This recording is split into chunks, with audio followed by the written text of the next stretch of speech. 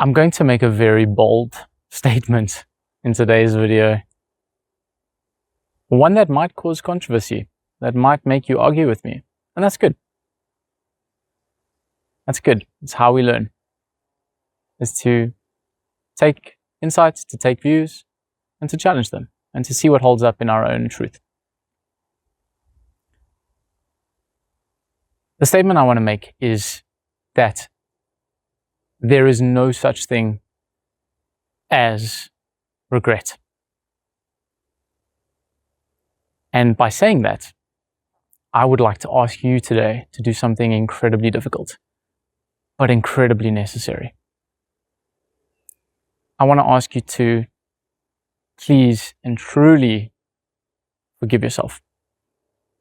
To forgive yourself for what you've done in your life, and to try to find the courage, no matter what you've done, no matter what you've said, no matter what you blame yourself for, no matter how much guilt you feel, I want you to try and let that go. I want you to try your very best to forgive yourself. Because I truly do believe that regret and guilt is an illusion. It's just not real. It's just not real. And hopefully in today's video, I can justify why I believe this is the case. And why, more importantly, that upon realizing this statement, and perhaps finding it to be truthful for yourself, you might realize that it's actually the only way to live. It's the only way that you would want to live with this mindset, because it allows not only true peace and true freedom, but actually allows you to take better action in future, more so than you would have taken with this feeling of guilt and regret. So why do I say that there's no such thing as regret? Or why should you not regret any of the decisions you've made in your life? Because I'm sure you're sitting there thinking, well, Niall, I've made mistakes. I hurt people. I've said things that I didn't mean and that perhaps, damaged relationships irreparably. I've done things I'm not proud of. And I don't think there's a human alive watching this video right now that can't admit to those things. We've all felt regret and guilt and shame in our lives for the things we've done and said. But I think this begs a deeper investigation and a deeper line of questioning into why we feel that way, why we blame ourselves for the things we do.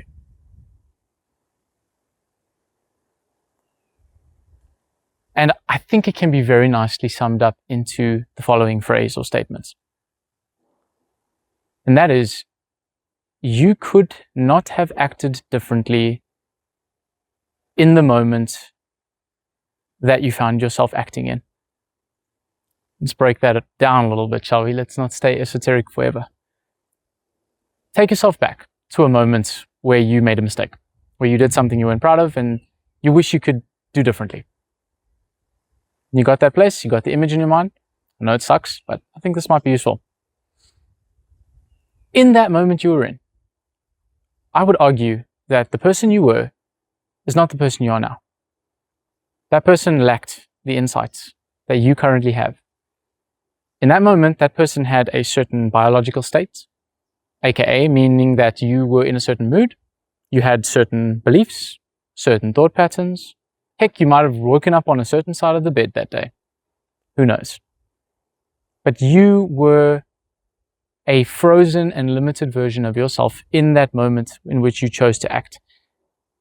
And ultimately, it was the conditioning and the momentary situation. It was the way things were in that very moment, both you and the environment, that led you to taking the decision that you thought at the time was the best decision possible, was the best course of action that you could take.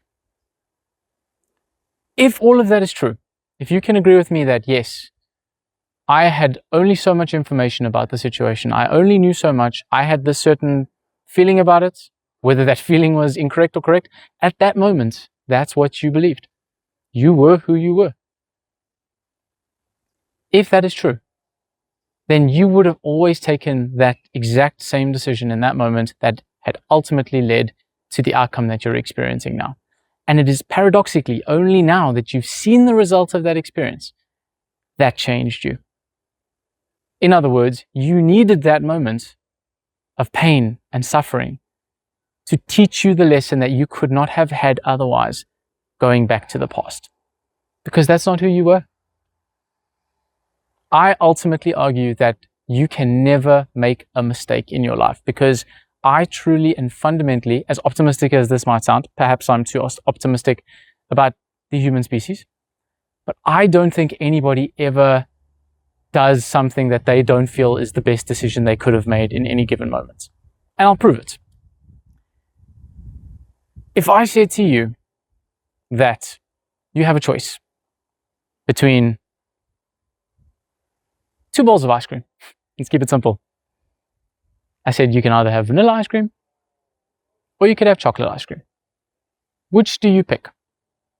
You might say, well, I like chocolate ice cream, right? And I say, cool. So you made the choice. You decided that you wanted chocolate, fair enough. And now you might be thinking, well, yeah, I made the decision to want chocolate. That was on me. That was my human agency and free will to choose the chocolate. But why did you choose the chocolate? Why did you go for chocolate over vanilla or vice versa? And when you really investigate this, you'll realize that chocolate is what you ultimately wanted. You wanted the chocolate, or you decided that the chocolate was the better option for whatever reason that might be. Perhaps it's got less calories. Perhaps it's got cocoa, which helps you sleep. I don't know.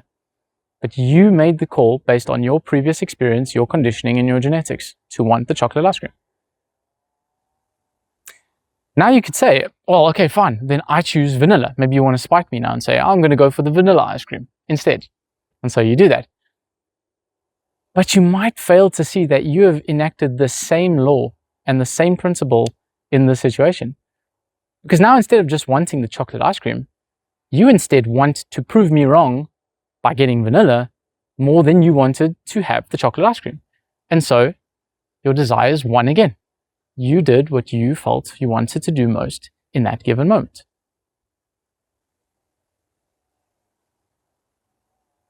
Isn't that crazy? It's a very small analogy. I mean, you could apply this to gym even. You know, it's like, why do some people choose chocolate ice cream over going to the gym? And you might judge this person and say, you should be healthy, you know? Like, if you had free will and decision, you would have gone to the gym in every situation.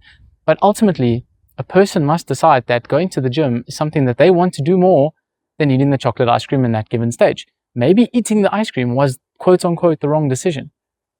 But you in that moment did not know any better. Perhaps you in that moment did not have the desire to look after yourself. For whatever reason, you were young, you didn't care. Perhaps in that moment, you were going through a breakup and you thought that the chocolate ice cream would make you feel better than the gym would.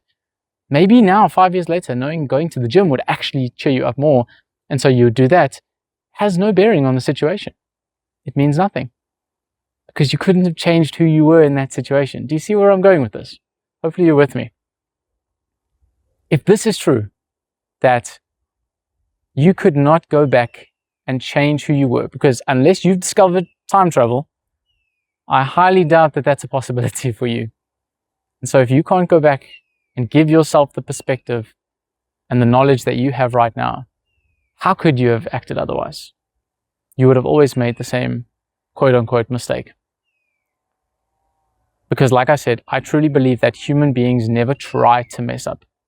You didn't try to land yourself in an awkward situation. You didn't want to cause pain to others. And maybe if you did, maybe you did want to upset somebody, maybe you did want to hurt somebody else.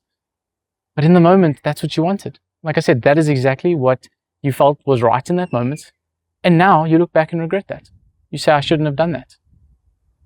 But you would never have acted otherwise, because ultimately we always do the thing that we believe is the right course of action for our situation in our current moments in life.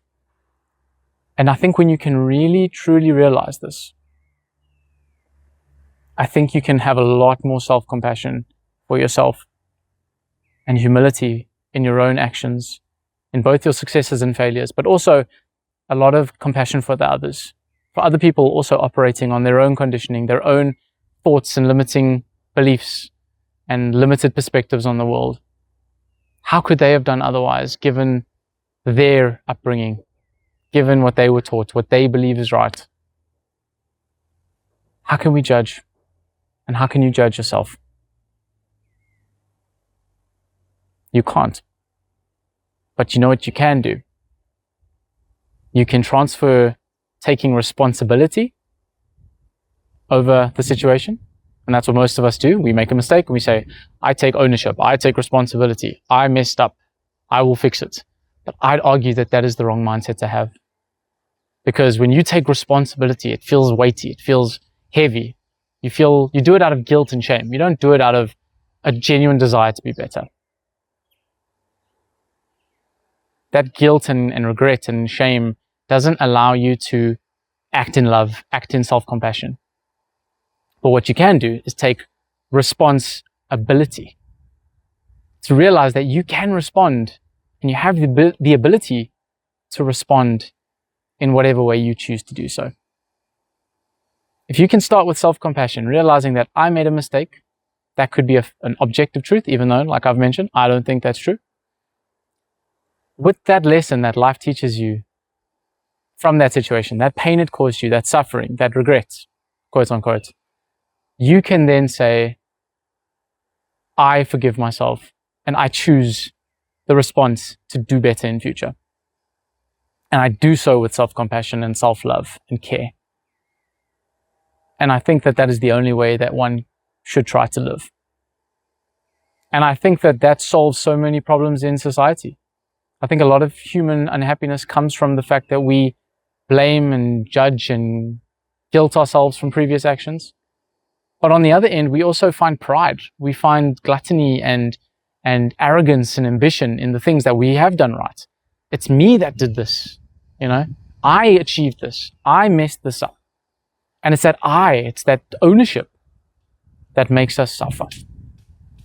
But imagine we could drop not only the regret and the guilt by realizing that the way I was built and the way I was constructed and the knowledge I had at the time led me to make those mistakes, therefore I can forgive myself.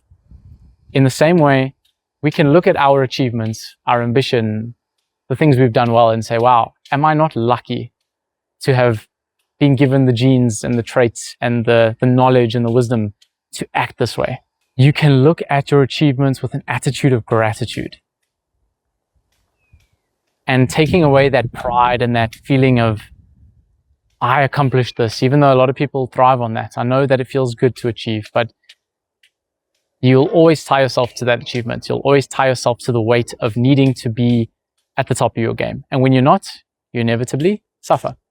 Because now you regret not being the best and at the top of your game again. It's a very vicious cycle, and I'm hoping you can see the truth of that. So I leave you today with this question and this actionable step. But ask yourself, what if I could truly forgive myself and realize that I did the best I could with the tools that I had at the time? And it's more than okay to let those things go, because I can have the responsibility to be better in future. I can change, I can do better, but I don't have to hate myself in the process of doing so. And I challenge you today to look into your actions. Start a journal. Pick any action that you've taken in the last while that you might regret or you truly feel was your responsibility or your fault. And jot down some ideas, or jot down the way things were in that moment. What you thought, how you felt, what your beliefs were, what you believed was the right perspective in that moment. Ask yourself all of those things and see truly for yourself, was it really me who made this decision? Or was I operating on old, faulty, and inevitable conditions? Hopefully all of this will make you reconsider your stance on forgiveness, because you really do deserve it, my friend.